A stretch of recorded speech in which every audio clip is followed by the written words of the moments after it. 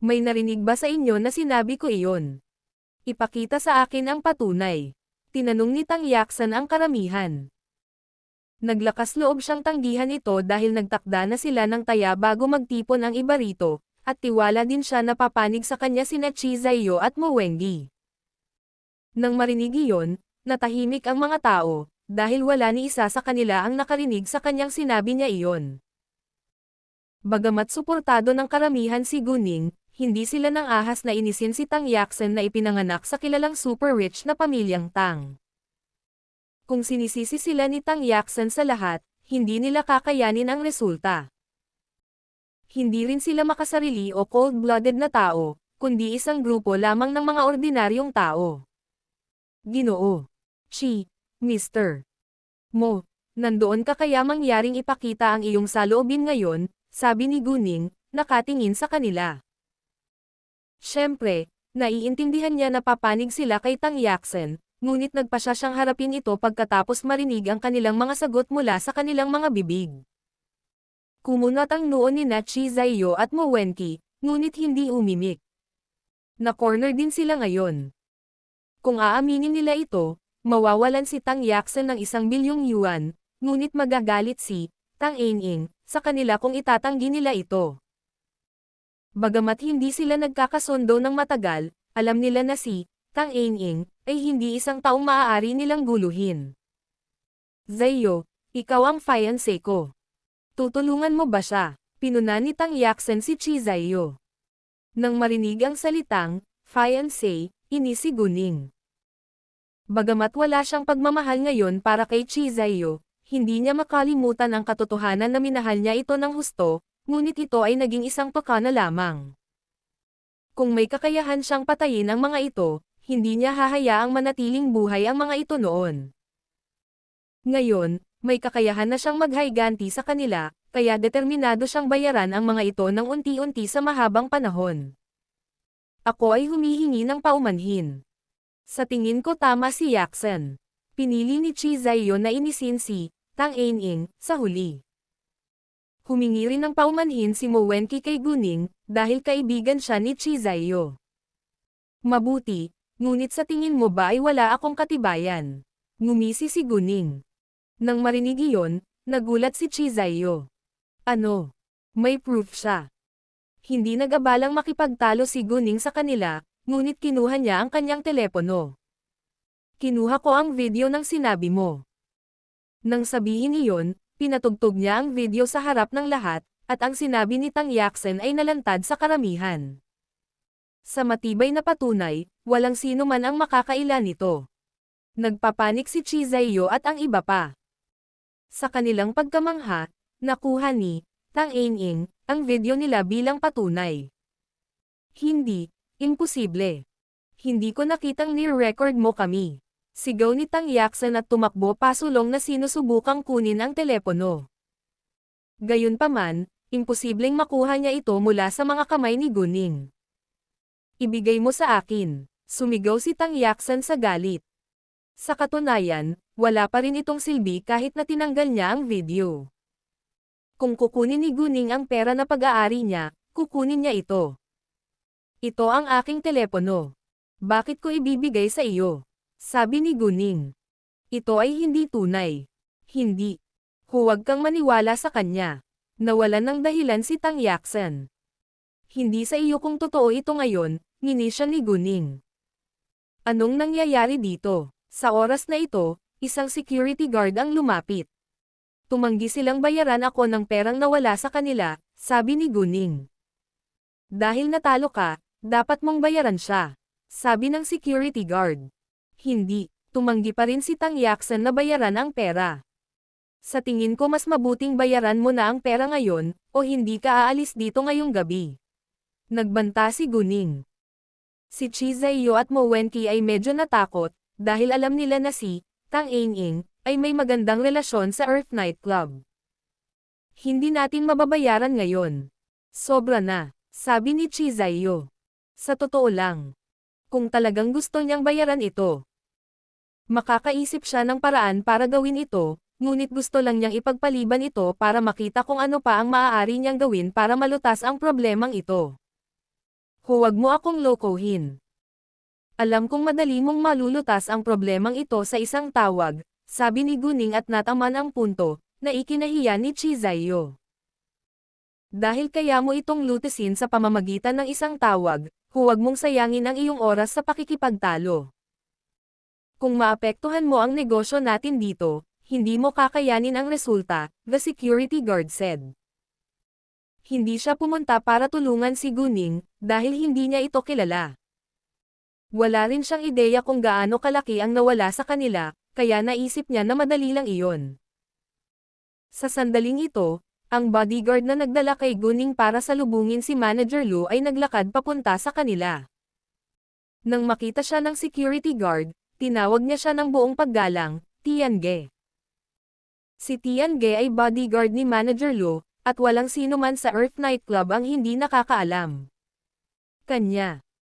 Hindi siya pinansin ni Tiange, ngunit magalang na sinabi kay Guning, Miss Tang, nag-utos lang ang aming manager. Kung kailangan mo ng anuman, huwag mag-atubili na sabihin sa akin.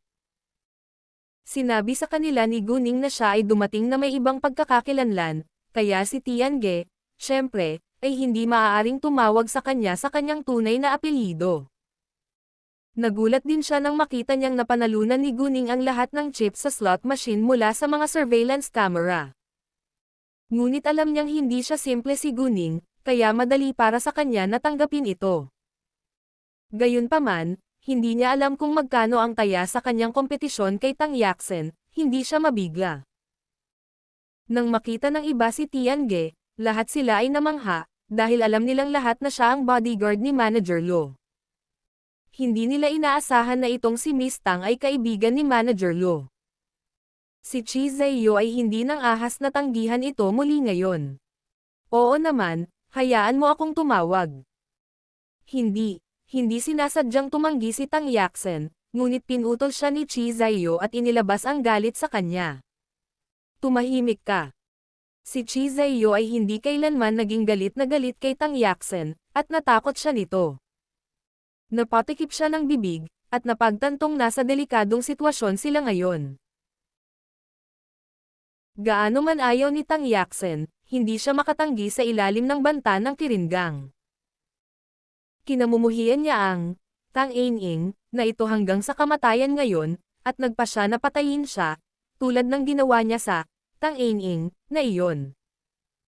Nagawa nilang pumatay ng isang mahusay na sinanay na mamamatay, kaya madaling mapupuksa ang mahinang babaeng ito. Sa kabaligtaran, si Guning ay hindi isang mahinang babae, ngunit isang batang babae na mas malakas pa kaysa kay Tang Ain-ing. Bukod pa rito, nagawa lang nilang patayin si Tang Ain-ing dahil hindi pa handa si Tang Ain-ing noon, at walang gumamot sa kanya matapos siyang masugatan. Kahit na masasaktan nila si Guning ngayon, gagaling siya sa tulong ng mahiwagang kapangyarihan sa loob lamang ng ilang minuto. Bago nila ilipat ang pera, kailangan muna nilang magbilang ng mga chips. Si Tiange ang bahala dito. Sinabihan ni Tiange ang ilang security guard na sabay-sabay na bilangin ang mga chips. Hindi nila nalaman na napanalunan ni Guning ang lahat ng chips sa slot machine hanggang sa ginalaw nila ang mga ito, at lahat sila ay natigilan sa malaking tambak ng mga chips. Matapos magbilang ng halos kalahating oras, nanalo si Guning ng mahigit 100 milyong yuan. 10 beses nito ay 1 bilyong yuan. Nang bilangin nila ang mga chips, nagpadala si Guning ng mensahe kay Kay. Sinabi niya sa kanya na ipadala sa kanya ang numero ng kanyang bank card, dahil ayaw niyang gamitin ang kanyang sariling bank card, kung sakaling malantad nito ang kanyang tunay na pangalan. Sabay sagot ni Kay sa kanya, at ibinigay ni Guning kay Chi Zayo ang pangalan at numero ng bank card pagkatapos nilang magbilang. Bagamat si Chi Zayo ay isang senior manager ng grupo ng negosyo ng pamilya Tang, wala siyang karapatang gamitin ang pampublikong pondo, kaya kailangan niyang tawagan si Tang Bing senador para sa kanyang pahintulot. Mayroon din siyang halagang iyon sa kanyang bank card, ngunit ayaw niyang bayaran ang bill para kay Tang Yaqzhen. Bukod dito, alam niyang kayang-kaya ito ng pamilya Tang. Siya ang nobyo ni Tang Yaqzhen, ngunit pinakasalan lamang niya ito para sa kayamanan ng kanyang pamilya. Sa pagkakataong iyon, wala siyang pakialam kung parurusahan o bapintasan si Tang Yaqzhen dahil sa kanyang hanggal na pagkakamali ngayon. Mga ad ng Pub Future. Si Tang Bing Senador at ang kanyang may bahay, si Tian Feifei, ay nakikisalamuha sa isang grupo ng mga mahahalagang tao sa isang pribadong silid ng isang eksklusibong nightclub. Ang silid ay napuno ng isang sensual at marangyang kapaligiran. Karamihan sa mga lalaking sobrang mayaman ay magpapakasawa sa alak at seks. Bilang karagdagan, karaniwan silang nagtitipon upang magsaya ng hindi nalalaman ng kanilang mga pamilya. Nagsama-sama ang mga ibon ng balahibo, at nagbahagi sila ng maraming maruruming sikreto upang walang sino man sa kanila ang magtaksilan sa ibang miyembro ng grupo. Nag-walkout si Tang Bing Senador nang matanggap niya ang tawag ni Chi Zaiyo, dahil masyadong maingay ito sa private room. Chairman Tang, si Yaqzhen ay natalo lang ng 1 bilyong yuan sa isang laro sa pagsusugal kasama ang isang babae. Gusto ng babae ang pera ngayon. Kung hindi natin siya mabayaran, hindi niya tayo papayagang umalis, sabi ni Chi Zaiyo. Hindi naging madali para sa kanya na sabihin kay Tang Bing Senador. Ano? Hindi makapaniwala si Tang Bing Senador sa kanyang narinig. Sabihin mo ulit yan. Natalo lang si Yaqzhen ng 1 bilyong yuan sa isang laro sa pagsusugal, muling sinabi ito ni Chi Zaiyo. Paano ito posible? Anong ginawa niya? Galit si Tang Bing Senador. 1 bilyong yuan. Hindi pa siya nakakita ng sino man na nawalan ng 1 bilyong yuan sa isang laro sa pagsusugal. Kahit na ang pamilya Tang ay may 12-dosenang bilyong yuan sa kayamanan, ang 1 bilyong yuan ay isang kapalaran pa rin. Naglaro sila ng slot machine, at si Yaqzhen ang tumaya. Ang natalo ay kailangang magbayad ng 10 beses sa mga chip na napanalunan ng nanalo. Nanalo ang babae sa lahat ng chips sa slot machine, kaya kailangang bayaran siya ni Yaqzhen ng 1 bilyong yuan sa kabuuan. Paliwanag ni Chi Zaiyo. Ang Enyo Euro Elsa 1N ang nag-host ng premiere release ng chapter na ito. Si Tang Bing Senador ay natigilan sa 1 segundo. Seryoso. Nawala siya ng 1 bilyong yuan sa isang slot machine. Bakit hindi mo siya pinigilan? Ginawa ko, ngunit alam mo na walang makakapidyo sa kanya. Nakaramdam ng hinanakit si Chi Zaiyo. Sino yung babae? Kung ordinaryong tao lang siya. Sabihin sa kanya na si Yaqzhen ay miyembro ng pamilyang Tang sa kabisera. Si Tang Bing Senador ay ayaw magbayad ng pera. Kaya nagpasya siyang gamitin ang impluwensya ng kanyang pamilya upang malutas ang problemang ito. Mga ad ng Pub Future. Hindi ko alam ang background niya, pero sigurado ako na suportado siya ng Kirin Gang, sabi ni Chi Zaiyo. Kung nagawa niyang gamitin ang impluwensya ng pamilyang Tang para malutas ang problemang ito, siya mismo ang gagawa nito. Ano? Ang Kirin Gang. Nang marinig iyon, medyo natarante si Tang Bing Senador. Dahil ang Kirin Gang ay kasangkot dito, ito ay isang nakakalito na problema ngayon. Bagamat mayroon din siyang suporta sa gang, ito ay halos hindi maihahambing sa Kirin Gang. Chairman Tang, may isa pang bagay na sa tingin ko ay dapat mong malaman, sabi ni Chi Zaiyo, pagkatapos ay sabihin sa kanya na nakilala niya ang isa pang Tang Aining ngayon. Nang marinig ni Tang Bing Senador ang pangalang, Tang Aining, natakot siya. Ano? May USB flash disk siya at may alam siyang sikreto tungkol sa atin. Kasabay nito, labis na nababalisa si Tang Bing Senador dahil masisira ang pamilya Tang kung nasa USB flash disk ang kanilang maruruming sikreto. Patayin siya. Ibinigay ni Tang Bing Senador ang utos ng walang pag-aalinlangan. Kung ito lang ang skin niya, I think that she must have helpers. Hanggat napatay siya, natatakot ako na ang USB flash disk ay malantad, sabi ni Chi Zaiyo. Sumimangot si Tang Bing Senador, at sumang-ayon kay Chi Zaiyo. Magsagawa muna ng investigasyon, at patayin siya kung maaari, sabi ni Tang Bing Senador. Oo naman, sagot ni Chi Zaiyo. Malinaw na hindi nila kukonsintihin ang ganitong uri na banta sa kanilang paraan. At ang bilyong yuan. Muling ibinuka ni Chi Zaiyo ang kanyang bibig.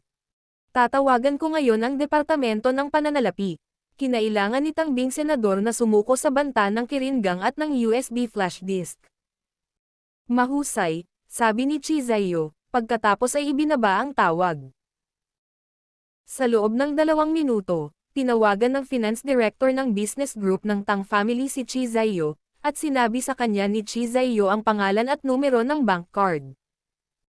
Pagkatapos ay tinawagan ng finance director ang Swiss Bank ng sabay-sabay, at ililipat ng Swiss Bank ang pera sa bank card ayon sa iniutos. Pagkatapos tumawag, bumalik si Chizayo. Sa katunayan, nagulat din si Guning na maaari siyang kumita ng 1 bilyong yuan ngayon mula sa laro ng pagsusugal kasama si Tang Yacsen. Ang 1 bilyong yuan ay halos ika-50 lamang ng yaman ng pamilyang Tang, ngunit masakit pa rin para sa kanila na bayaran ito. Nawalan ng interes si Tang Bing senador sa paglalaro sa nightclub, at nagdahilan sa party. Bilang babaeng partner ni Tang Bing senador, umalis si Tian Feifei kasama niya. Boss, hindi maganda ang hitsura mo. Bad mood ka ba? Nag-aalalang tanong ni Tian Feifei, ngunit hindi niya tinanong ang dahilan, dahil alam niya kung ano ang hindi niya dapat sabihin bilang isang may bahay. Oo, sabi ni Tang Bing senador, ngunit hindi na nagsalita pa. Maaga pa. Bakit hindi ka pumunta sa pwesto ko at magpahinga? Tanong ni Tian Feifei. Ito ay hindi lamang isang pahinga, ngunit sex. Kapag nakatagpo si Tang Bing senador ng gulo, madalas siyang pumupunta sa kanyang lugar at ilabas ang kanyang hindi kasiya siyang damdamin sa pamamagitan ng pakikipagtalik sa kanya. Si Tang Bing senador ay ang kanyang sugar daddy, kaya dapat, syempre, pasayahin siya. Kahit ayaw niyang makipagmahal dito, kailangan niyang magparaya sakaling itapon siya nito. Malamang na hindi na siya makahanap ng ibang sugar daddy na kasing bait ni Tang Bing senador. Hindi ngayon. Tinanggihan ito ni Tang Bing senador. Wala siya sa mood. Dahil wala sa mood si Tang Bing senador para sa sex, hindi niya ipipilit. Sa halip, nakaramdam siya ng saya tungkol dito, dahil hindi niya gusto ang pambabola sa kanya sa kama. Mas pinili ni Tian Feifei na makipagtalik sa kanyang ahente na may makapal, malaki at pangmatagalang pagkalalaki. Sa pag-iisip niyan, nagpa siya si Tian Feifei na makipagkita sa kanyang ahente pagkatapos nilang maghiwalay. Pagkalipas ng 5 minuto, natanggap ni Guning ang tawag ni Kay, at sinabi niya sa kanya na nakuha niya ang pera. Bagamat naiintindihan ni Kay na may tiyak na halaga ng pera na papasok sa kanyang account, hindi niya alam na ito ay 1 bilyong yuan. Nang makita niya ang mahabang numero na may napakaraming zero, nagulat siya at hindi makapaniwala sa kanyang mga mata. Boss, anong ginawa mo? Nagtatakang tanong ni Kay. Mga ad ng Pub Future. Napanalo ko ito sa isang larong pagsusugal, maangin na sabi ni Guning, na parang hindi ito isang malaking bagay, ngunit nakahinga ng maluwag si Kay. Kung nanalo siya mula sa isang laro sa pagsusugal, ito ay isang malaking halaga ng mabilisang pera. Idinagdag ni Guning, ang pera ay maaaring gamitin bilang pampublikong pera. Sure, sabi ni Kay. Nang marinig ang ingay mula sa gilid ng telepono ni Guning, alam ni Kay na abala pa rin si Guning, kaya hindi niya ito nakausap ng matagal, at hindi nagtagal ay ibinaba na niya ang tawag. Well, pwede ka nang umalis. Tumingin si Guning kay Chizayo. Sinulyapan ng grupo ni Chizayo si Guning bago sila naglakad palabas. Napansin ni Guning ang matinding puot sa mga mata ni Tang Yacsen, ngunit wala siyang pakialam. Masyado pang maaga para malaman kung sino ang papatay kanino. Naglakad sila palabas, ngunit hindi kaagad umalis. Sinabi ni Chizayo kay Mo Wenqi na manatili sa parking lot at bantayang mabuti ang elevator. Kung lalabas si Tang Aning, sasabihin sa kanya ni Mo Wenqi. Kasabay nito, naghihintay sina Chizayo at Tang Yacsen sa front door. Gayunpaman, nagpalit si Guning ng kanyang damit bago siya umalis, kaya walang nakakaalam na siya si Tang Aning, nang siya ay lumabas ng Earth Nightclub. Sa panahong iyon, tinawagan ni Tang Yacsen si Tang Bing senador, at labis siyang pinuna ni Tang Bing senador. Naisip ni Tang Yacsen na hindi niya kasalanan at sinisi si Tang Aning sa lahat. Naniniwala siya na ito ay isang pakana, ngunit hindi siya nang ahas na makipagtalo kay Tang Bing senador. Kaya naman, mas kinasusuklaman niya si Tang Ining, at determinado siyang patayin. Alam kong galit ka sa kanya, pero mas mabuting huwag kang kumilos ng mag-isa. Sa tingin ko ay haharapin ito ng iyong ama. Kung sinira mo ang kanyang plano, sisisihin ka niya, sabi ni Chi Zaiyo kay Tang Yaqzhen. Sa katunayan, kahit na ang mga maruruming sikreto ng pamilya Tang ay malantad, hindi siya sasali, dahil ang mga sikretong iyon ay lubos na kumpidensyal, at hindi gaanong sinabi sa kanya ni Tang Bing Senador. Nalaman niya ang tungkol sa kanila sa pamamagitan ng pag-iimbestiga nito mismo. Bagamat hindi siya sasali, ayaw niyang makitang mapahamak ang pamilya Tang, dahil lagi siyang ambisyoso na kunin ang negosyo nito. Si Tang Yaqzhen ay hindi nasisiyahan sa pagbabala ni Chi Zaiyo, ngunit kailangan niyang panindigan ito, kung sakaling masira niya ang plano ni Tang Bing Senador. Hindi nagtagal, nakuha ni Chi Zaiyo ang resulta ng investigasyon sa Tang Ining. Sa simula, naisip ni Chi Zaiyo na hindi maaaring Tang Ining ang tunay na pangalan ng babae. Gayunpaman, sa kanyang pagtataka, talagang umiral si Tang Ining, ngunit nabigo siyang makakuha ng detalyadong impormasyon tungkol sa kanya. Sinabi ba ni Tang Ining sa kanya ang totoo? Nagpa siya si Chi Zaiyo na magsagawa ng mas malalim na pagsisiyasat. Nang nakabalik na si Guning sa Wafu Hills, hinihintay pa rin siya ni Chi Zaiyo at ng iba pa. Alas 10 ng gabi nang makauwi siya, at nakabalik na si Guman kasama si Qiaoya.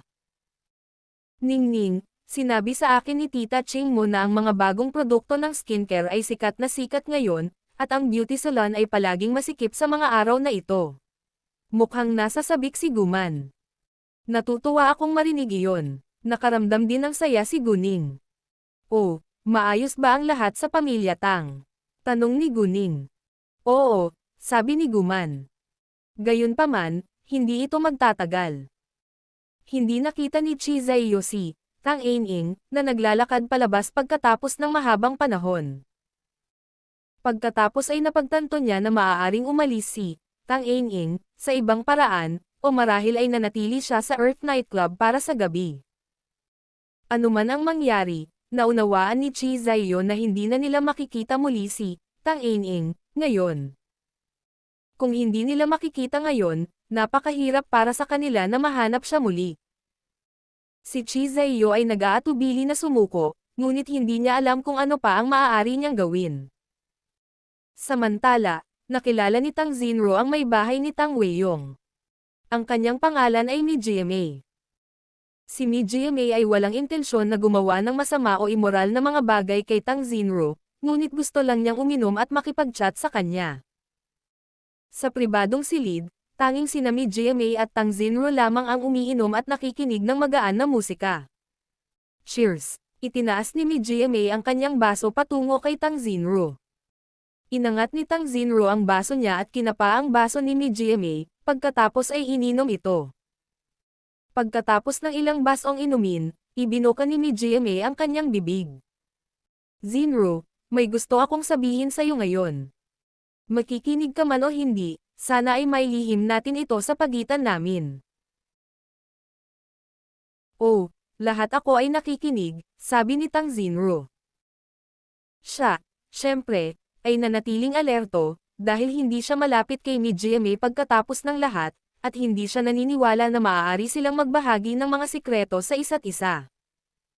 Tinitigan ni Mi GMA si Tang Xinru saglit, pagkatapos ay nagsuot ng mapang asar ng ngiti.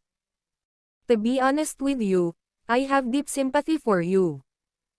Bakit? Naunawaan ni Tang Xinru ang sinasabi ni Mi GMA, ngunit nagkunwari siyang hindi niya alam.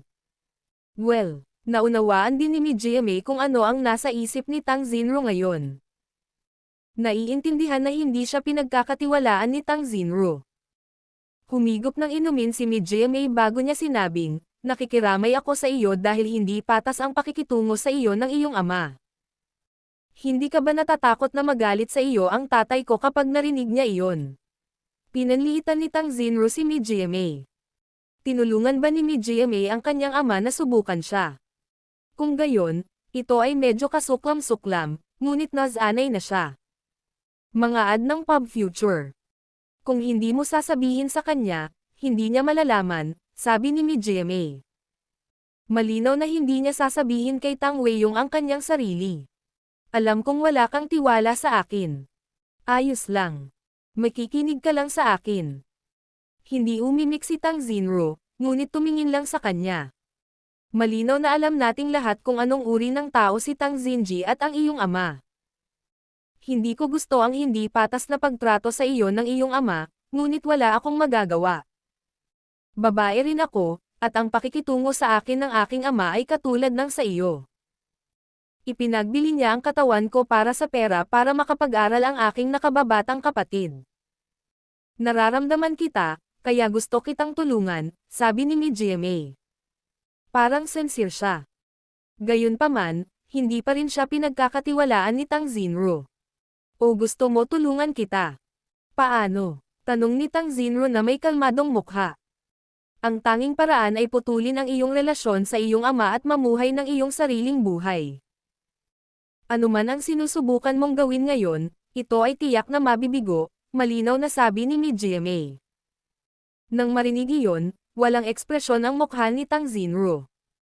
Sa katunayan, alam ni Tang Xinru na hindi siya papayagan ni Tang Weiyong na magmana ng kanyang kayamanan kahit gaano pa niya ito pinaghirapan, ngunit hindi siya handang isuko ang pag-aari niya. Bakit? Tanong ni Tang Xinru. Bigla niyang naramdaman na sasabihin sa kanya ni GMA ang dahilan. Kapareho ba ito ng hula niya? Sa tingin mo ba hindi mo alam ng tatay mo ang ginagawa mo sa likod niya? Paulit-ulit niyang sinisiraan si Tang Xinji para hayaan kang makitungo sa kanya, at papaniwalain ka na may pag-asa pa siyang maaganya ang atensyon mo. Sa katunayan, ang tunay na tagapagmana ay hindi si Tang Xinji, sabi ni GMA. Ano? Nang marinig iyon, natarante si Tang Xinru. Alam ng kanyang ama ang lahat. Ang tunay na tagapagmana ay hindi si Tang Xinji. Mga ad ng pub future. Tama ang hula ni Tang Xinru. Gayunpaman, nabigla pa rin siya nang marinig niya ito sa sarili niyang mga tenga. Ang pinakanakakagulat na katotohanan ay alam na ni Tang Weiyong na siya ay nagbabalak laban kay Tang Xinji. Pag-aaksaya lang ng oras, at mahirap sabihin kung magtagumpay ang iyong ama. Ang iyong ama ay walang kapantay sa pamilyang Tang, sabi ni GMA. Gaano man kakalkula si Tang Weiyong, isa lamang siyang inabando ng aso kumpara sa pamilyang Tang na isang tunay na tigre. Walang alinlangan, ang tigre ay mananalo sa laro sa isang aso. Kahit na sina Tang Yunfan at Tang Haifeng ay parehong walang malay ngayon, walang nakakaalam kung ito ay totoo. Malusog sila, ngunit hindi magising. Naisip ni GMA na malamang sinasadya nila iyon. Siyempre, hindi niya sasabihin kay Tang Weiyong ang kanyang pagdududa dahil ayaw niyang makita itong magtagumpay. Napakaganda na hindi niya inilantad. Bakit mo sinasabi sa akin ngayon? Kinabahan si Tang Xinru, diretsyong nakatingin kay GMA na may pagkalito. Hindi mo ba alam na pinagtaksilan mo ang aking ama sa pagsasabi mo sa akin? Hindi ka ba natatakot na malagay ka sa gulo? Magtaksil. Tumawa si GMA. Tang Xinru, sa tingin mo ba ay mayroon pa rin akong katapatan sa iyong ama? Ano? Nagulat muli si Tang Xinru. Galugarin ang labyrinthine roots ng substance na ito sa Nove Euro LSN. Totoo na naging tapat ako sa iyong ama dahil iniligtas niya ang aking buhay noon. At nagpapasalamat ako sa kanya, sabi ni GMA, pagkatapos ay biglang nagbago ang kanyang mukha, at puno ng matinding puot. Gayunpaman, ang iyong ama ay eksaktong kapareho ng sa akin. Pareho nila akong ipinagbili para makuha ang gusto nila. Mayroon na akong AIDS ngayon, at dumaranas ng isang malignant na tumor. Hindi ako magtatagal, at wala akong pakialam kung pinagtaksilan ko siya. Ano? Natigilan si Tang Xinru. May AIDS si GMA. Si GMA naman ay nanatiling kalmado, dahil tinanggap na niya ito. Dahil may AIDS ka, nakikipagtalik ka pa rin sa tatay ko. Siya ba? Si Tang Xinru ay nabigla pa rin. Hindi nakaligtas si GMA sa malignant na tumor, ngunit na-curious siya kung gaano kalubha ang pagkakaroon ng AIDS ni Tang Weiyong. Bagamat alam ni Tang Xinru na sinadya ni Mi GMA na nahawaan ng AIDS si Tang Weiyong, hindi siya nainas, ngunit nakaramdam siya ng kasiyahan. Inamin niya na cold-blooded siya, pero ganoon na rin ang pakikitungo sa kanya ng kanyang ama noon pa man. Hindi niya kailanman naramdaman ang mapagmahal na relasyon sa pagitan ng mag-ama noong kasama niya si Tang Weiyong. Si Tang Weiyong mismo ang humiling nito. Pinahahalagahan niya ang mga lalaki ng hindi makatwiran kaysa sa mga babae, at ginamit siya laban sa kanyang mga kaaway. Kinasusuklaman niya siya hanggang kamatayan. Bagamat hindi niya ito papatayin ng personal dahil sa koneksyon ng kanilang pamilya, hindi niya pinipigilan ang iba na gawin ito. Sumang-ayon din siya kay Mi GMA sa katotohanan na walang pag-asa para kay Tang Weiyong na talunin ang pamilya Tang. Sa katunayan, kahit na mamana niya ang negosyo ng pamilyang Tang, hindi siya kumpiyansa na may kakayahan siyang patakbuhin ito ng maayos. Nagsasabi ka ba sa akin ng totoo? Itinuon ni Tang Xinru ang kanyang mga mata sa mukha ni Mi GMA upang hindi makaligtaan ang alinman sa kanyang mga reaksyon. Maniwala ka man o hindi, at hindi ko alam kung sino ang tunay na tagapagmana. Masyadong maingat ang iyong ama at wala siyang masyadong sinasabi sa akin, sabi ni Mi GMA. Naniwala si Tang Xinru sa karamihan ng mga salita ni Mi GMA, ngunit wala pa siyang matibay na patunay, kaya hindi siya lubos na maniniwala sa kanya. Pagkatapos, hindi na nagsalita pa si Tang Xinru, ngunit ibinaba ang alak sa kanyang baso. Iniisip niya ang payo ni Mi GMA. Dapat na ba siyang umalis ngayon? Dapat ba niyang alisin ang kontrol ni Tang Weiyong? Alam niyang hindi siya katapat nito. Kung alam niya na may peka na siya laban kay Tang Xinji, malamang alam niya ang lahat ng ginagawa niya ngayon. Sinabi ni Mi GMA kay Tang Xinru ang nakakagulat na katotohanan, ngunit nasa kay Tang Xinru kung ano ang susunod niyang gagawin. Pagkatapos matulog ni Guman sa kanyang silid, bumalik din si Guning sa kanyang silid upang basahin ang impormasyon tungkol kay Mo Wenqi na ipinadala sa kanya ni Kay. Si Mo Wenqi ay madalas na bumibisita sa isang clubhouse, na pag-aari ng isang mamamayan ng Bansaway, ang Alger. Si Alger ay bihirang pumunta sa clubhouse, ngunit nakakasalamuhan niya si Mo Wenqi sa tuwing darating siya. Minsan, sumasali rin si Tang Demang sa kanilang pagpupulong. Nang magsama-sama silang tatlo, may ibang lalaki na nagpakita ng ilang beses. Walang hinala si Guning hanggang sa makita niya ang mga sumusunod na larawan.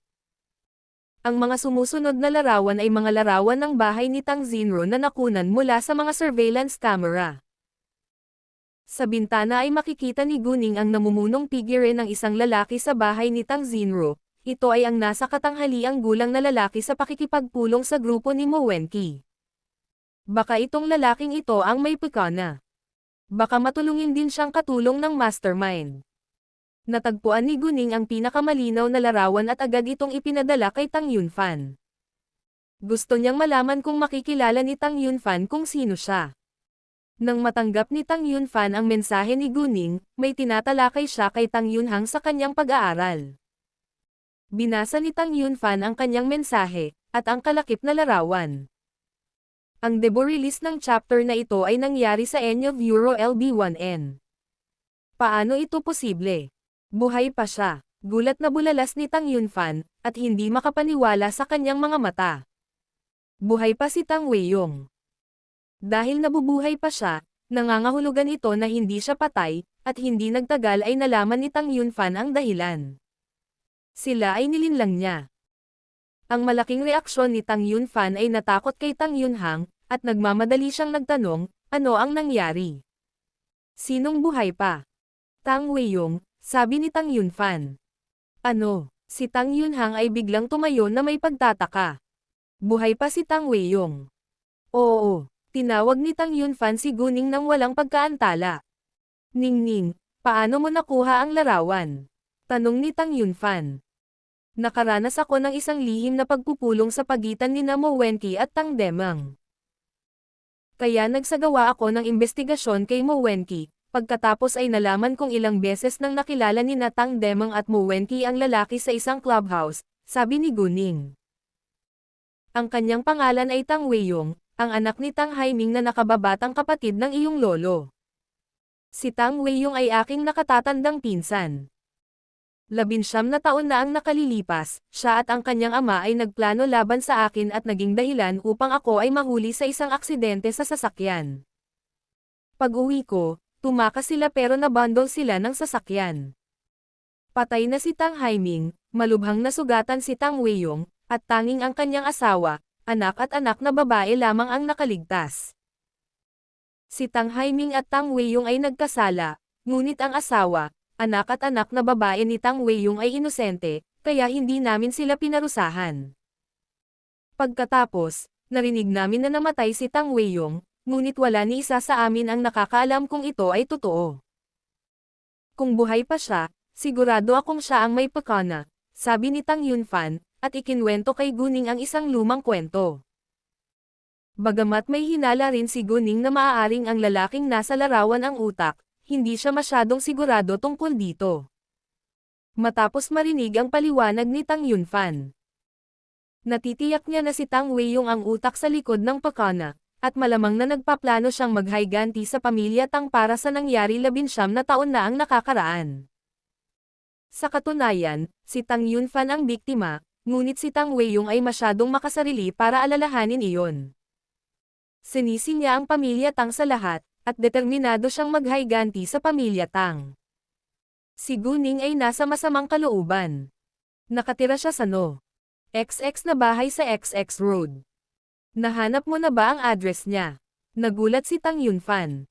Matagal ko nang nalaman ang tungkol sa bahay.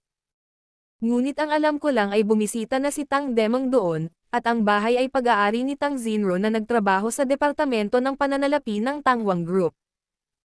Sa sandaling napagtanto ko na si Tang Zinro ay may relasyon kay Tang Demang, sinabi ko kay Uncle Quan na humanap ng dahilan para tanggalin siya. Ngayon ko lang nalaman na nakatira din si Tang Weiyong sa bahay, kaya sa tingin ko dapat magkamag-anak sila, sabi ni Guning. Alam din ni Tang Yunfan ang nangyari kay Tang Zinro. Kahit na ang impormasyon ni Tang Zinro ay nagsabi na siya ay isang ulila at inampon ng isang babae sa Bansaway. Alam ni Tang Yunfan na siya ay dapat nakamag-anak ni Tang Weiyong pagkatapos makita ang larawan. Kung tama ang hula niya, maaaring si Tang Zinro ang anak ni Tang Weiyong. Ang anak ni Tang Weiyong ay hindi pinangalan ng Tang Zinro, ngunit madaling magpalit ng pangalan. Tiyak na binago din ni Tang Weiyong ang kanyang pagkakakilanlan. Ningning, salamat sa lahat ng ginawa mo para sa aming pamilya, sabi ni Tang Yunfan, lubos na nagpapasalamat. Tungkulin niyang protektahan ang kanyang pamilya, ngunit sa halip ay ginawa ni Guning para protektahan sila, kaya medyo nakonsensya rin siya. Nag-aaral pa rin sa paaralan ang mga batang babae sa kanyang edad, ngunit tinulungan sila ni Guning na malutas ang maraming nakakalito na problema hanggang ngayon. Kahit na naiintindihan ni Tang Yunfan na si Guning ay hindi isang simpleng babae, ang puso niya ay nananakit pa rin para sa kanya.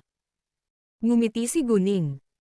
Tay, pamilya tayo, at sinusuportahan ng mga miyembro ng pamilya ang isa't isa, tama ba? Sa simula, tinanggap ni Guning si Tang Yunfan dahil mahal siya ni Guman, ngunit unti-unti niyang naramdaman na isang magandang bagay ang magkaroon ng isang mapagmahal na ama. Sige. Ang mga mata ni Tang Yunfan ay basa ng luha. Oh, Dad. Kumusta ang lahat sa pagitan mo at ng aking ina? Tanong ni Guning. Sa pagsasalita tungkol dyan, nagalit si Tang Yunfan. Well, magkasundo kami, pero... Pero ano? Tanong ni Guning. Parang hindi kami isang pamilya, sabi ni Tang Yunfan. Mga ad ng pub future. Nang marinig iyon, naunawaan ni Guning. Bagamat napakahusay nila sa isa't isa, hindi sila kasal kung tutuusin, at hindi legal na mag-asawa. Dad, huwag kang mag-alala. Maaari kang mag-propose sa aking ina pagkatapos na magtagumpay ng pamilya Tang ang krisis. Naniniwala akong papayag ang nanay ko, sabi ni Guning.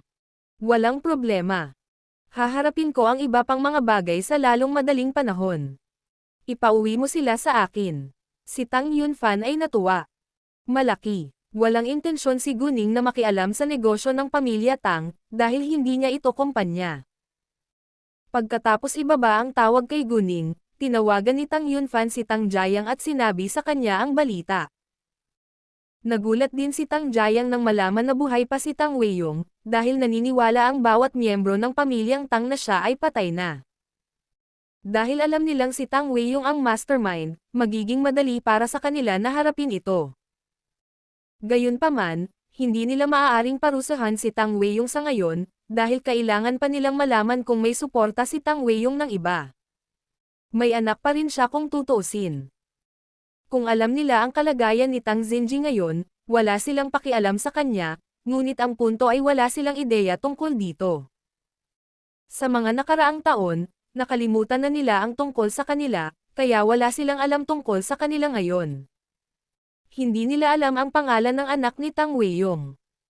Sa kabutihang palad, nakakita sila ng kapaki-pakinabang na mga palatandaan na ang anak ni Tang Weiyong ay si Tang Xinru. Kinabukasan, pumasok si Tang Jiayang sa kumpanyang gaya ng dati. Ang kumpanya ay gumagana ng maayos sa mga araw na ito, ngunit kailangan pa rin nilang manatiling alerto.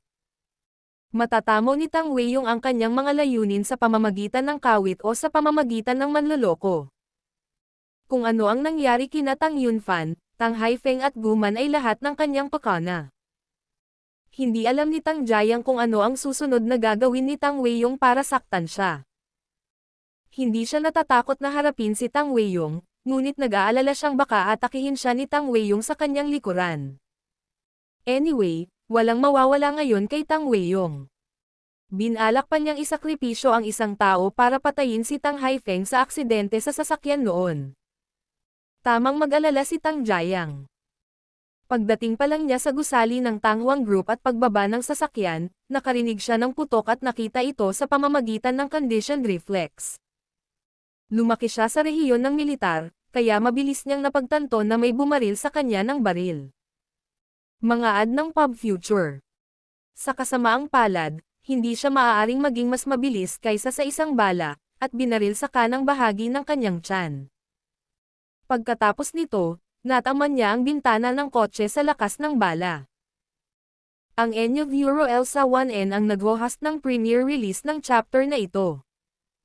Ang putok ng baril ay natakot sa maraming tao sa paligid niya, at sumigaw sila, tumakbo palayo.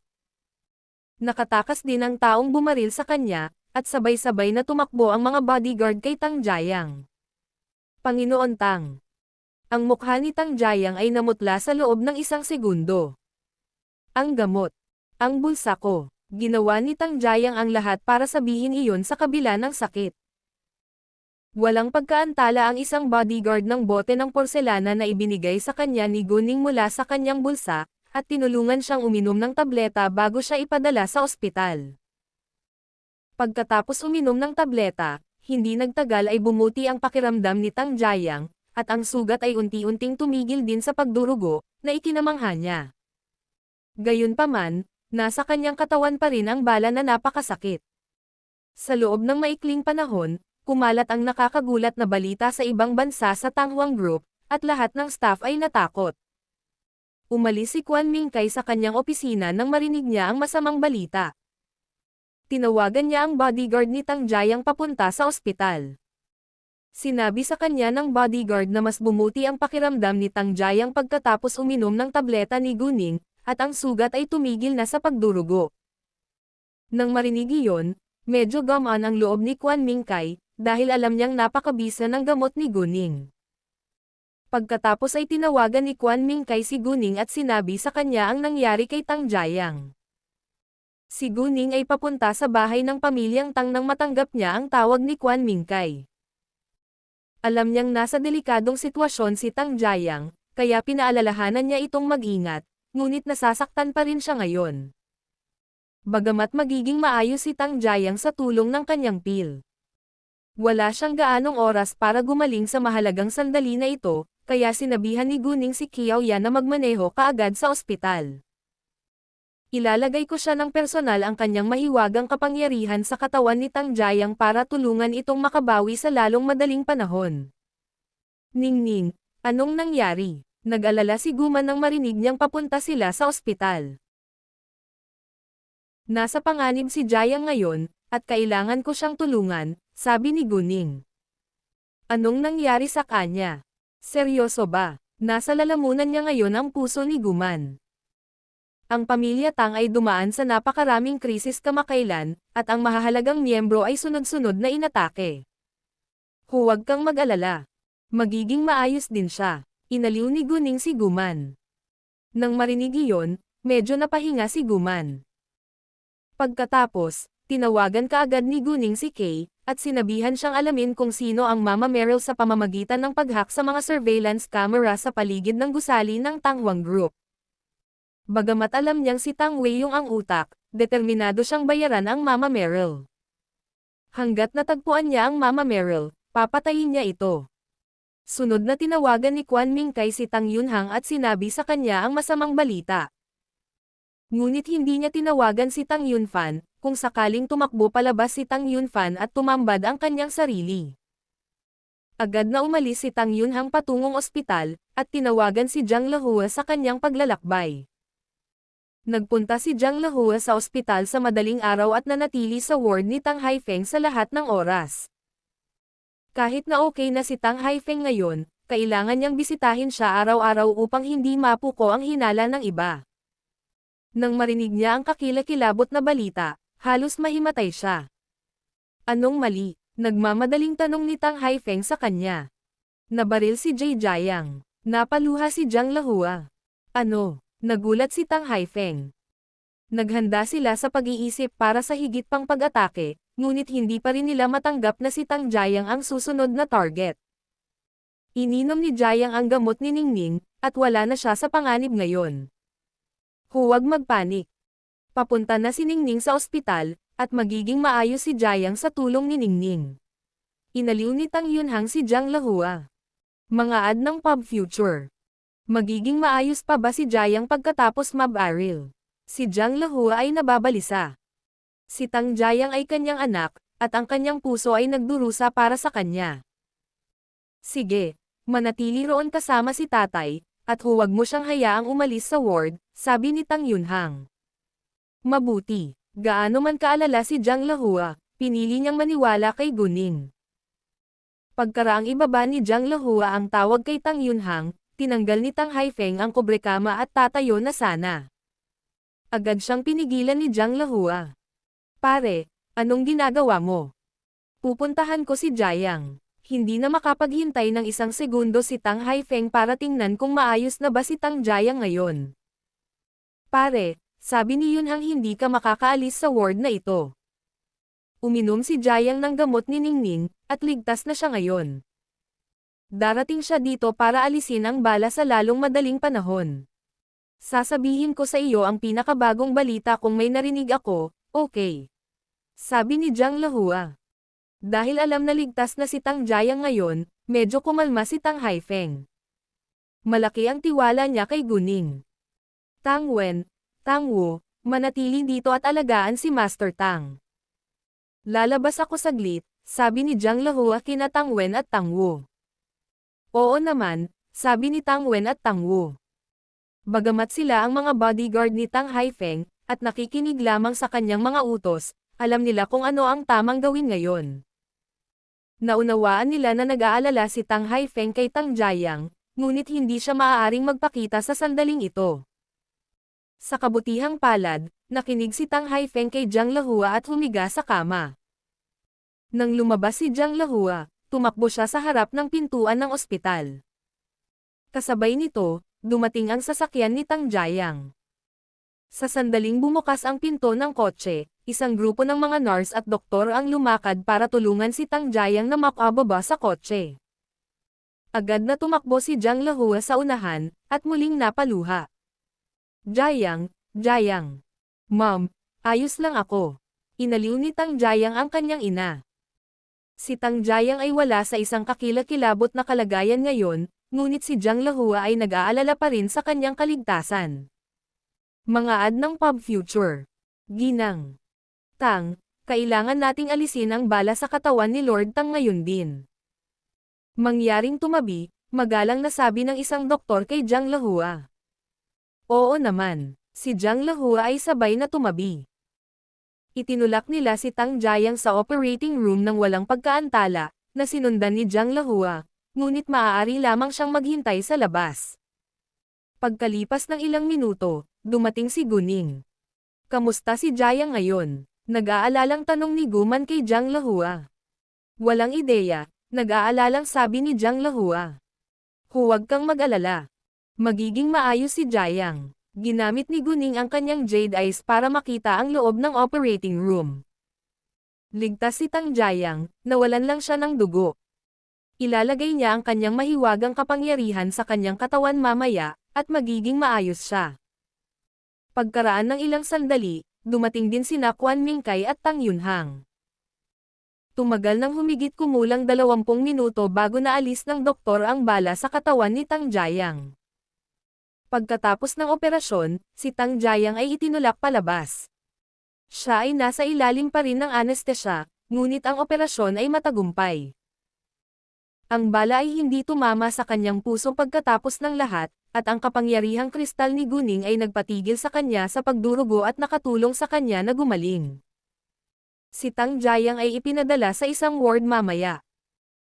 Nang wala na ang doktor, at mga miyembro lamang ng pamilyang Tang ang nasa ward, naglakad si Guning papunta kay Tang Jiang at sinimulang tanggalin ang mga bagay sa paligid ng kanyang sugat. Ningning, anong ginagawa mo? Medyo natakot si Jiang Lahua.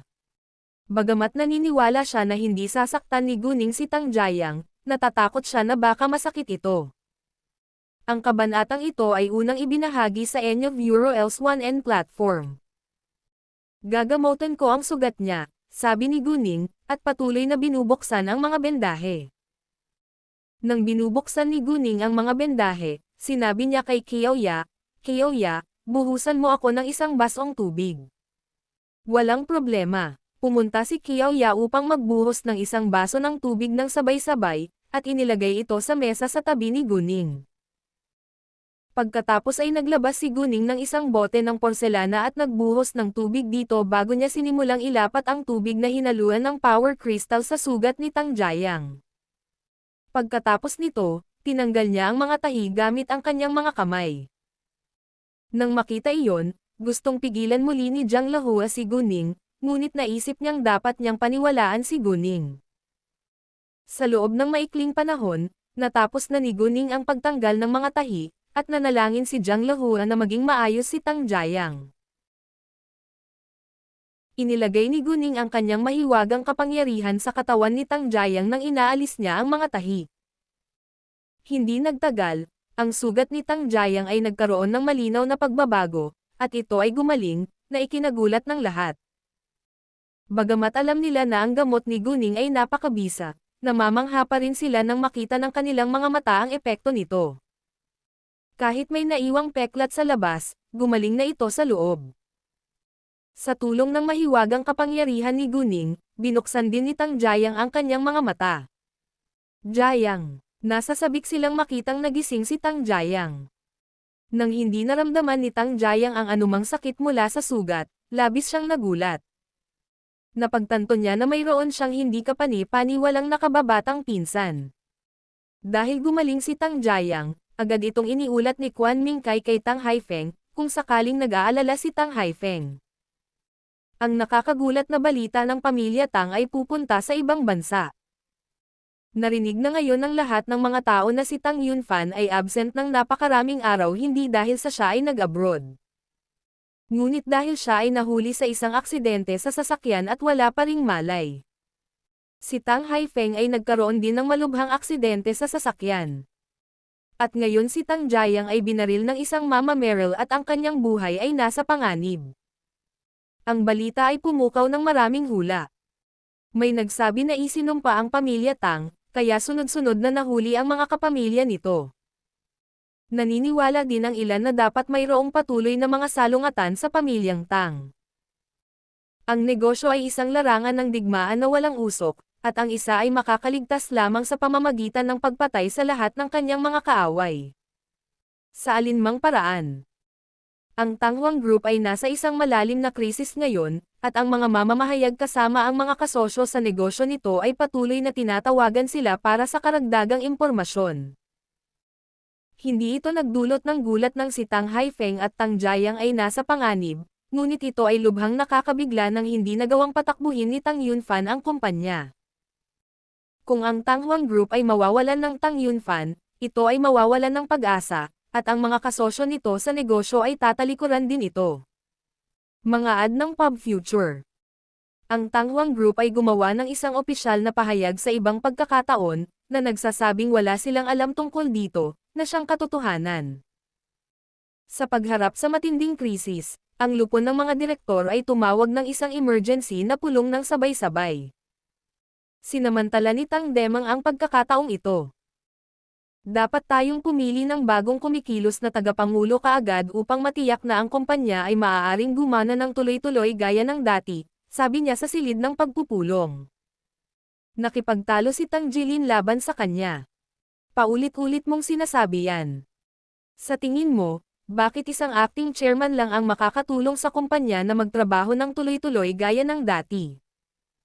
Ang isang koponan ay nasa isang estado ng kawalan ng pagkakaisa ng walang pinuno. Hindi mo ba alam iyon? Sabi ni Tang Demang. Kailangan natin ng isang makapangyarihang pinuno, hindi isang mascot. Nagtaas ng boses si Tang Jilin. Paano mo malalaman na ang acting chairman ay isang mascot lang? Tinanong ni Tang Demang si Tang Jilin. Bata pa lang si Tang Jiang, pero tinulungan niya ang kumpanya na maalis ang kaguluhan pagkatapos niyang maging acting chairman. Iyon ay dahil si Tang Jiang ay miyembro ng pamilyang Tang. Sabi ni Tang Jilin. Hindi ba tayo miyembro ng pamilya Tang? Nakipagtalo si Tang Demang. Hindi ka gumawa ng anumang pagsisikap na itayo ang kumpanyang ito, at sa palagay ko ay hindi ka kwalipikadong pumalit. Sabi ni Tang Jilin. Sige, kailangan nating pag-usapan kung paano ito haharapin ngayon. Ito ay dapat na isang pamamaraan kung sina Chairman Yunfan, Master Tang at Tang Jiang ay sunod-sunod na naaksidente, sabi ng ika-9 na direktor, pagkatapos ay sinulyapan si Tang Demang. Bakit ka tumingin sa akin nung sinabi mo yon? Nena si Tang Demang. Naghihinala ka ba sa akin? May proof ka ba? Talagang hindi ginawa ni Tang Demang ang mga bagay na iyon ng personal, ngunit kasangkot siya sa mga ito. Hindi lang kita tinitignan. Bakit galit na galit ka? Sa tingin mo ba ikaw ang may kasalanan? Ang ika-9 na direktor ay hindi natakot kay Tang Demang. Huwag mo akong paglaruan ang sisihin. Halos sumigaw si Tang Demang. Mga ad ng Pub Future. Alam mo kung sino ang dapat managot dito. Ngumisi ang pang-9 na direktor. Kung hindi tayo maghahalal ng bagong acting chairman, paano natin lulutasin ang problemang ito? Tanong ni Wu Boyen. Walang sino man sa kanila ang nakakaalam kung paano ito haharapin, at tumingin sa isa't isa sa katahimikan. Ang malaking balita tungkol sa Tang Huang Group ay nagsimulang makaapekto sa stock market, at ang presyo ng stock nito ay nagkaroon ng malaking pagbaba. Kasabay nito, may palihim na bumibili ng shares ng Tang Huang Group sa malaking halaga. Sa sandaling ito, natanggap ni Guning ang tawag ni Kay. Sinabi sa kanya ni Kay na natagpuan niya ang gunman sa isang living area, at pinadalhan din siya ng larawan ng gunman. Ito ay isang lalaki sa paligid ng 30 taong gulang, at sinusubukan ni Kay na alamin ang kanyang tunay na pagkakakilanlan. Walang pag-aalinlangan, nagmamaneho si Guning upang hanapin ang Mama Meryl. Gayunpaman, bago dumating si Guning, umalis ang Ma'am Ariel sa bahay, kaya sinundan ni Kay ang kanyang posisyon online upang gabayan si Guning. Pagkaraan ng ilang sandali, nakuha ni Kay ang resulta ng kanyang tunay na pagkakakilanlan. Hindi siya karaniwang mamamayan, ngunit isang mersenaryo. Sa kabutihang palad, siya ay isang normal na mersenaryo, hindi isang sayang. Iyon din ang dahilan kung bakit nabigo siyang patayin si Tang Jiang. Sa patnubay ni Kay, dumating si Guning sa isang lumang bahay. Walang mga surveillance camera, kaya nawala si Kay sa tumpak na posisyon ng gunman, ngunit naalala na ni Guning ang kanyang mukha, at nakita niya ito gamit ang kanyang jade eyes. Matapos ang ilang sandali ng paghahanap, natagpuan siya ni Guning sa isang sira sa bahay. Nag-iisa ang lalaki sa loob, at kakaunti ang tao sa bahay. Pagkahiga pa lang ng lalaki sa kama, may narinig siyang malakas na tunog, at sinipa ang pinto. Naalarma siya, at biglang tumayo. Sa sandaling umalis siya sa kwarto, nakita niya si Guning at nakasimangot sa galit. Sino ka? Anong ginagawa mo dito? Mukha siyang medyo nakakatakot, at sinubukang takutin si Guning, ngunit kalmado si Guning gaya ng dati. Upang maghayganti, malamig na sabi ni Guning. Hindi nagulat ang lalaki, ngunit hindi niya alam na pumunta si Guning dito dahil kay Tang Jiayang. Sa katunayan, napakarami na niyang napatay bilang isang mersenaryo, kaya alam niyang maraming tao ang gustong mamatay. Ito ay hindi isang pangkaraniwang bagay na ang kanyang mga kaaway ay dumating upang mahanap siya upang maghayganti, ngunit siya ay nagulat sa oras na ito ay isang batang babae. Sa tingin mo kaya mo yun? Sabi niya nang may pang-aasar. Siyempre kaya ko, sigaw ni Guning, pagkatapos ay humakbang palapit sa lalaki. Medyo nakaramdam ng takot ang lalaki ngayon, pero isa naman siyang well-trained na mersenaryo, kaya nagawa niyang pakalmeyan ang sarili. Gayunpaman, hindi na siya naglakas loob na gawing basta-basta ang dalaga. Kung tiwala siya na kaya niyang patayin siya mag-isa, hindi siya maaaring maging isang simpleng babae. Bagamat hindi naniniwala ang lalaki na magagawa ito ni Guning, kailangan niyang maging maingat mula sa sandaling ito. Sinubukan niyang patayin si Guning bago pa siya nito mapatay, kaya agad niyang inilabas ang kanyang baril, ngunit sinalakay siya ni Guning sa parehong oras. Nang makita iyon, agad na lumayo ang lalaki, at sinubukang barilin muli si Guning, ngunit hindi siya hinayaan ni Guning na magkaroon ng pagkakataon. Paulit-ulit niya itong inaatake, kaya hindi na siya nagkaroon ng pagkakataong pantirya siya. Kung hindi siya makatutok sa kanya, walang kwenta ang pagbaril. Nagulat ang lalaki na si Guning, na isang batang babae pa lamang, ay nakagalaw ng napakabilis at nasuntok siya ng napakalakas at tumpak. Napagtanto niya na nakilala niya ang isang kapareha. Hindi nagtagal ay nabugbog ni Guning ang lalaki, at hindi nagtagal ay na-dislocate niya ang mga braso nito at nabali ang mga bukong-bukong nito. Binusal din niya ang bibig nito bago niya i-dislocate ang mga braso nito, kung sakaling ang sigaw nito ay nakakuha ng atensyon ng iba. Dahil papatayin niya ang lalaking ito, hindi niya ito kayang makita ng iba. At ngayon, ang lalaki ay naging isang piraso ng karne sa chopping board ni Guning, at maaari niya itong hiwain ayon sa gusto niya.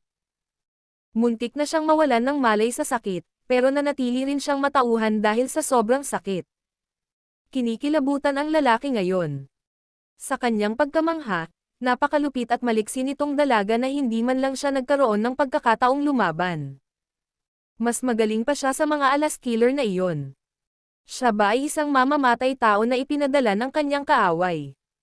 Alinmang paraan, dahil ang batang babae ay maghihiganti ngayon, siya ay tiyak na mamamatay. Mga ad ng Pub Future. Bagamat siya ay isang mersenaryo, at handang-handa sa pag-iisip na patayin anumang oras, nakaramdam pa rin siya ng takot nang makita ang katapusan ng kanyang buhay. Walang gustong mamatay kapag posible pang manatiling buhay. Gayunpaman, alam din niyang walang kabuluhan ang Ma'am Alamos sa isang mamamatay tao na wala namang awa, kaya nanatili siyang tahimik. Inilabas ni Guning ang kanyang baril mula sa kanyang bulsa, at itinutok sa kanya. Kahit na naiintindihan ng lalaki na siya ay mamamatay sa susunod na segundo, gumalaw pa rin siya ng kaunti sinusubukang makatakas. Alam na ni Guning kung sino ang utak sa likod ng pakana, kaya hindi siya nagdalawang isip na patayin ang lalaking ito na walang silbi sa kanyang paningin. Dahil sa silencer, hindi ito tumunog. Isang bala ang tumama sa kanyang puso, at siya ay namatay pagkatapos na magpumiglas ng ilang segundo, pagkatapos ay umalis si Guning. Nahack ni Kay ang mga surveillance camera sa daan patungo sa lumang bayan na ito, kaya walang makakaalam na si Guning ang pumatay, kahit na nalantad siya, nagawang protektahan siya ng pamilya Tang. Bawal ang pumatay ng lalaki, ngunit hindi siya nagsisi dahil dapat patayin ang lalaking ito. Si Guning ay nagmaneho pabalik sa ospital pagkatapos. Hindi nagtagal ay nakuha na ni Tang Yunfan ang resulta ng investigasyon kay Tang Weiyong.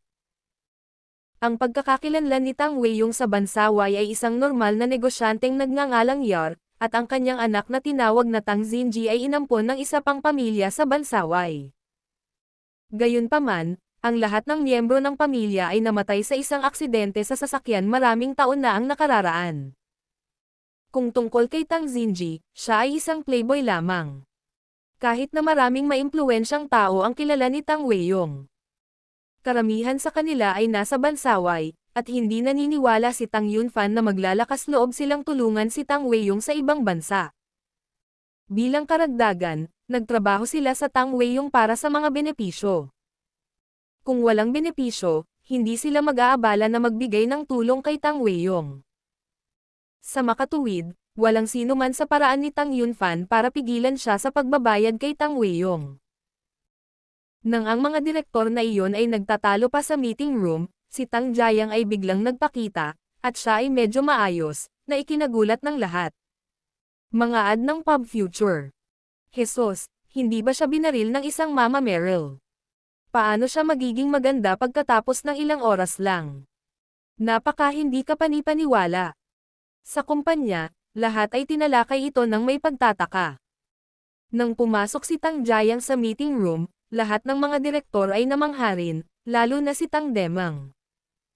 Tumayo siya mula sa kanyang upuan at hindi makapaniwala sa kanyang mga mata. Hindi ka ba binaril ng gunman? Paano ka magiging maayos ngayon? Halata na hindi niya matanggap ang katotohanang maayos na si Tang Jiang ngayon. Naiintindihan kung bakit nag-aatubili si Tang Demang na tanggapin ito, dahil bahagi ng kanilang pakanan na nasa panganib ang buhay ni Tang Jiang. Tinitigan ni Tang Jiang si Tang Demang at malamig na nagtanong, ano? Nadidismaya ka ba? Nang marinig iyon, ang lahat ay lumingon kay Tang Demang na may hinala sa kanilang mga mukha. Parang naniniwala si Tang Jiang na binaril siya ni Tang Demang. May kinalaman ba talaga si Tang Demang dito? Kung gayon, si Tang Demang ay talagang masama. Hindi malay ni Fo Kaiyo na lumayo kay Tang Demang. Bagamat sinuportahan ni Fo Kaiyo si Tang Demang at marami na silang ginawang dirty deal na magkasama noon, hindi niya alam kung ano ang ginagawa ni Tang Demang laban sa pamilya Tang. Bukod dito, hindi siya kukuha ng isang Mama Meryl na pumatay ng ibang tao, dahil maaari siyang makulong kapag nalantad ito. Bahagyang natarante si Tang Demang, ngunit hindi nagtagal ay kinalma ang sarili. Siyempre hindi. Nagulat lang ako, tulad ng ibang tao sa kwarto. Nakaramdam pa siya ng hinanakit. Ngumisi si Tang Jiang, at ang kanyang mga mata ay puno ng pang-aalipusta at kawalan ng tiwala, na ikinainis ni Tang Demang, ngunit wala siyang lakas ng loob na magsabi ng kahit ano ngayon. Sa sandaling nakabalik na si Tang Jiang, ang mga nagplanong magdulot ng gulo sa Tanghuang Group ay kailangang huminto. Sa katunayan, sa mga nakalipas na araw, ilang kumpanya ang nagkamali kay Tang Jiang gamit ang dahilan na hindi tama ang panukala, ngunit wala sa kanila ang nagtagumpay. Kulang ang karanasan ni Tang Jiang, kaya hindi niya nahawakan ng maayos ang lahat, ngunit maaari pa rin niyang patakbuhin ang kumpanya ng tuloy-tuloy sa tulong ni Quan Mingkai at Yan Weilan. Alam ng lahat ng matatalinong negosyante na hindi malamang na ang isang nangingibabaw na grupo ng negosyo tulad ng Tanghuang Group ay mabibigo sa loob ng maikling panahon. Kahit na ilang miyembro ng pamilyang Tang ang sunod-sunod na naaksidente. Ito ay simula pa lamang, at ang Tanghuang Group ay tumatakbo ng maayos na gaya ng dati. Sa makatuwid, ang mga pumili kay Tang Jiang ay lahat ay may relasyon kay Tang Demang. Lumingon sa kanila si Tang Jiang pagkatapos niyang maupo sa upuan ng chairman. Ang kanyang paningin ay tumigil saglit kay Tang Demang, pagkatapos ay lumayo. Sigurado akong na-curious ka kung sino ang nagtatangkang pumatay sa akin. WHO. Nang marinig iyon, lahat ay nakikinig, maliban kay Tang Demang.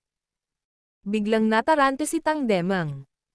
Si Tang Jiang ay nagbibigay ng espesyal na atensyon sa kanya, na magagamit na maaaring nalantad siya.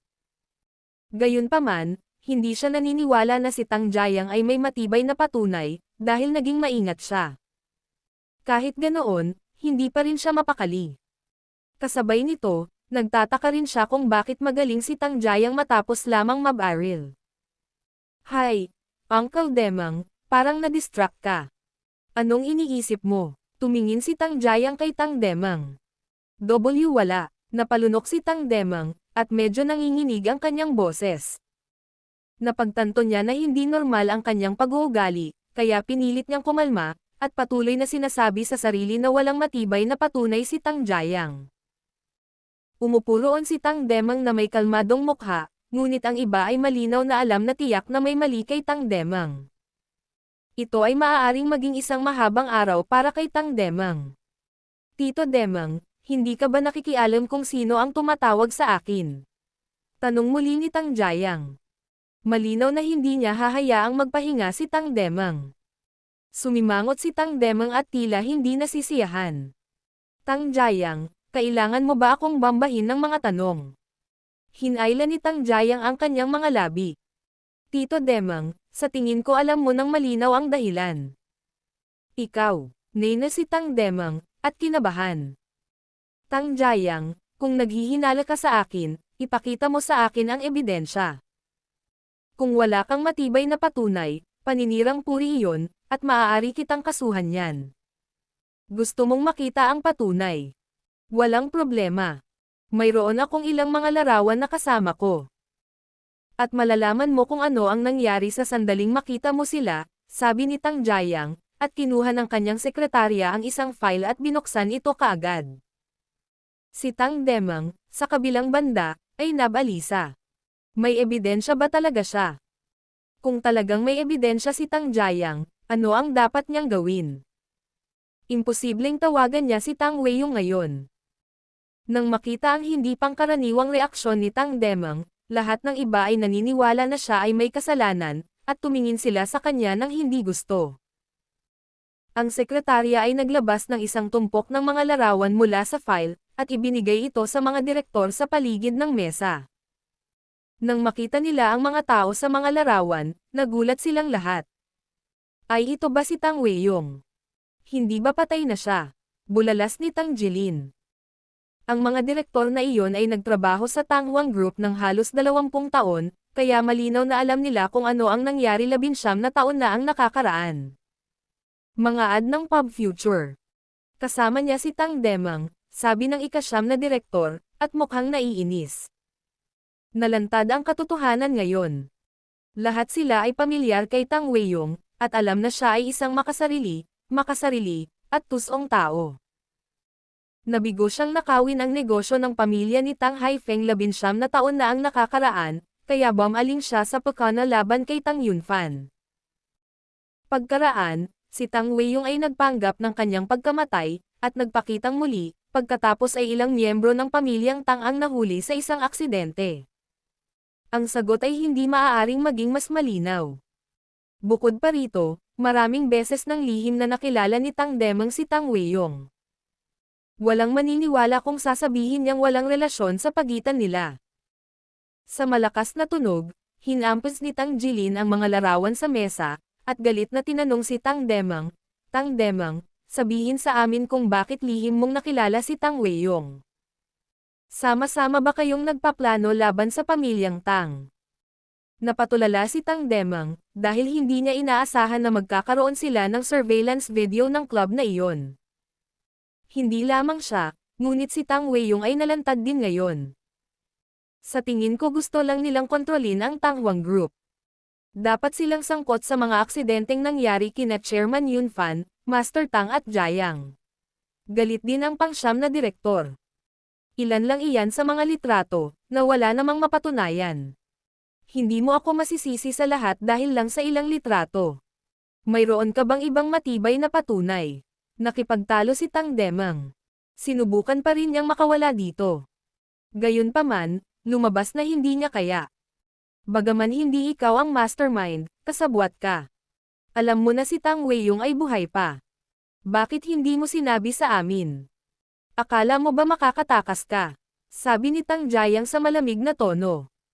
Si Tang Demang ay nawalan ng pag-asa, at hindi alam kung ano ang sasabihin.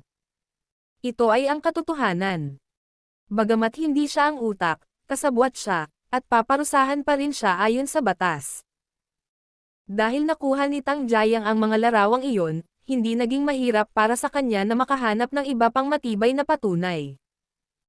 Dagdag pa ni Tang Jiang, nalaman din namin na mayroon kang 10% shares ng Jazz Club. Hindi magandang lugar ang Jazz Club, at maraming ilegal na deal ang ginagawa araw-araw. Upang maging tapat sa iyo, ang mga pulis ay papunta na doon ngayon. Ang Jazz Club ay ang club na pag-aari ng taong mula sa Bansaway, at ito ay lugar din ni Tang Weiyong. Nang marinig iyon, naunawaan ni Tang Demang na siya ay tiyak na mapapahamak. Ang Jazz Club ay pagmamayari ng isang dayuhan, at marami silang ginawang ilegal na deal doon, kaya't walang alinlangan na parusahan ng gobyerno ang may-ari at mga shareholder nito. Bumagsak si Tang Demang sa kanyang upuan, at hindi alam kung ano ang dapat niyang gawin ngayon.